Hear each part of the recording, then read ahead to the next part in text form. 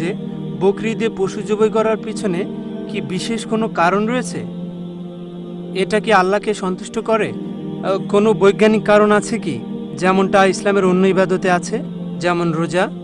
ভাই, আপনি এখানে প্রশ্ন করলেন যে কেন, যুক্তিটা কি প্রাণী বকরি ঈদে জবাই করার, আর এটা কি আল্লাহকে সন্তুষ্ট করে?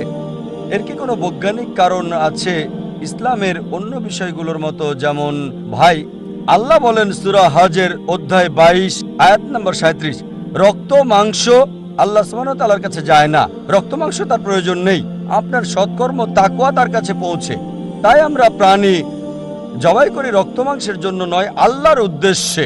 অন্যান্য ধর্মেও এমনই হয়, অন্য ধর্মে ছাগল জবাই করে ঈশ্বরের জন্য আর মূর্তির সামনে রাখা হয়। হয়তো কেউ এগুলো খাবে, ধর্মগুরু বা অন্য কেউ, কিন্তু এটাকে রেখে আসেন মূর্তির সামনে ঈশ্বরের জন্য। কোরআন বলছে সূরা আনাম অধ্যায় 6 আয়াত নম্বর 14, আল্লাহ সুবহানাহু ওয়া তাআলা তিনি সবাইকে খাওয়ান, তার খাবারের প্রয়োজন নাই। তাই যখন আমরা প্রাণী জবাই করি, মনে করি না যে রক্ত মাংস আল্লাহর কাছে যায়। এটার কারণ নবী ইব্রাহিম আলাইহিস সালামের ঘটনা স্মরণ করা। যখন সর্বশক্তিমান ঈশ্বর নবী ইব্রাহিম আলাইহিস সালামকে বললেন যে ঈশ্বরের পর পৃথিবীতে সবচেয়ে তোমার প্রিয় জিনিস কি, তিনি বললেন আমার সন্তান। সর্বশক্তিমান ঈশ্বর তখন বললেন যে সবচেয়ে প্রিয় জিনিসটা তুমি কি আমাকে উৎসর্গ করতে পারবে? আর নবী ইব্রাহিম আলাইহিস সালাম এই নির্দেশ শুনলেন। তখন ছেলে তিনি বললেন ইসমাইল আলাইহিস সালাম যে বাবা, আপনি চোখ বেঁধে নেন, কেননা আমাকে ভালোবাসেন, আমাকে দেখলে দায়িত্বটা পালন নাও হতে পারে যা ঈশ্বর চান।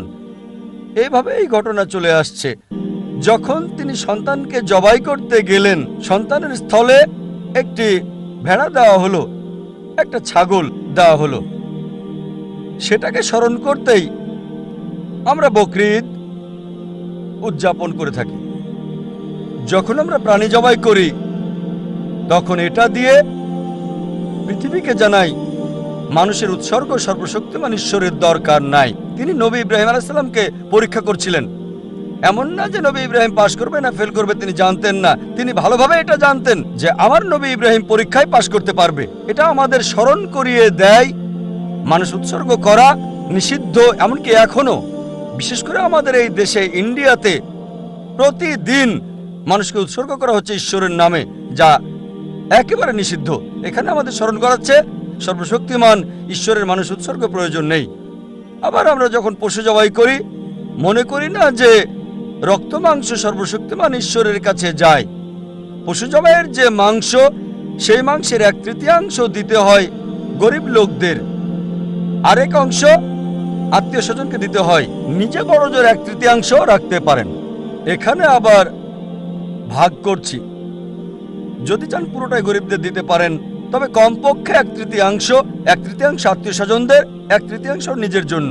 এভাবে গরিবদের সাহায্য করা হচ্ছে, গরিবদের খাওয়ানো হচ্ছে। আমাদের এটাও স্মরণ করাচ্ছে যে মানুষ উৎসর্গ নিষিদ্ধ। আর সর্বশক্তিমান ঈশ্বরের কোনো প্রাণীর রক্ত মাংসের প্রয়োজন নেই। একই সাথে আমরা গরিবদের সাহায্য করছি, খাবার দিচ্ছি এবং ভ্রাতৃত্ব বৃদ্ধি করছি। আশা করি